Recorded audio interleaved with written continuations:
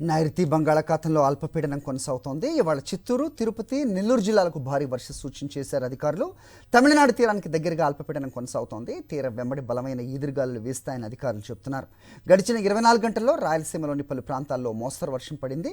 ఈ నెల 22న బంగాళాఖాతంలో మరో అల్పపీడనం ఏర్పడే అవకాశం ఉందని అధికారులు చెబుతున్నారు.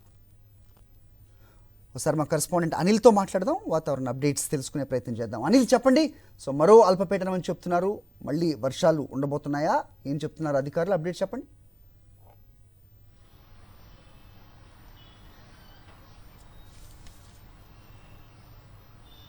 Good morning Hari. ప్రస్తుతానికి నైరుతి బంగాళాఖాతంలో అల్పపీడనం కొనసాగుతోంది. దీని ప్రభావంతో ఈరోజు రేపు కూడా భారీ వర్షాలు ఉండేటువంటి అవకాశం ఉంటుందని వాతావరణ శాఖ అంచనా వేస్తుంది. ఇప్పటికే చిత్తూరు, తిరుపతి, నెల్లూరు జిల్లాలకు భారీ వర్ష సూచన జారీ చేసింది. తీరం వెంబడి ఈదురుగాలుల ప్రభావం కూడా ఉంటుందని వాతావరణ శాఖ అంచనా వేస్తుంది. దక్షిణ కోస్తా తీరం వెంబడి ఉన్నటువంటి మత్స్యకారులు ఈరోజు వేటకు వెళ్లరాదని కూడా సూచించడం జరిగింది. ఈరోజు రేపు కూడా వర్షాలు కొనసాగేటువంటి అవకాశం స్పష్టంగా కనిపిస్తుంది. మరోవైపు చూస్తే కనుక ఇప్పటికే ఉమ్మడి చిత్తూరు జిల్లాలో వర్షపాతం నమోదవుతుంది. మోస్తరు వానలు కురుస్తున్నాయి. ఈరోజు కూడా వర్షాలు కొనసాగేటువంటి సూచనలు కూడా కనిపిస్తున్నటువంటి పరిస్థితి. మొత్తంగా చూస్తే కనుక 22వ తేదీ నాటికి బంగాళాఖాతంలో మరో అల్పపీడనం ఏర్పడేటువంటి అవకాశం ఉంటుందని, అది క్రమంగా బలపడి దాని ప్రభావం ఇటు తమిళనాడుతో పాటు ఏపీలో ఉన్నటువంటి దక్షిణ కోస్తా జిల్లాలపై ఉండే అవకాశం ఉంటుందని వాతావరణ నిపుణులు అంచనా వేస్తున్నారు. ముఖ్యంగా ఇప్పుడు కొనసాగుతున్నటువంటి అల్పపీడనం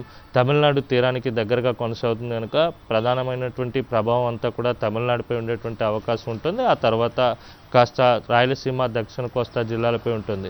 22వ తేదీన ఏర్పడబోయేటువంటి అల్పపీడన ప్రభావం అత్యధికంగా ఉండేటువంటి అవకాశం ఉంటుంది. ఎందుకంటే అది క్రమంగా బలపడేటువంటి సూచనలు కూడా ఉంటాయని వాతావరణ శాఖ అంచనా వేస్తుంది. తీరం వెంబడి ఇప్పటికే 30 నుంచి 40, అత్యధికంగా 50 కిలోమీటర్ల వేగంతో కూడా గాలులు కొనసాగుతున్నటువంటి నేపథ్యంలో దక్షిణ కోస్తా జిల్లాల వెంబడి ఉన్నటువంటి మత్స్యకారులతో పాటు ప్రజలు కూడా అప్రమత్తంగా ఉండాలని వాతావరణ శాఖ సూచిస్తోంది. హరి.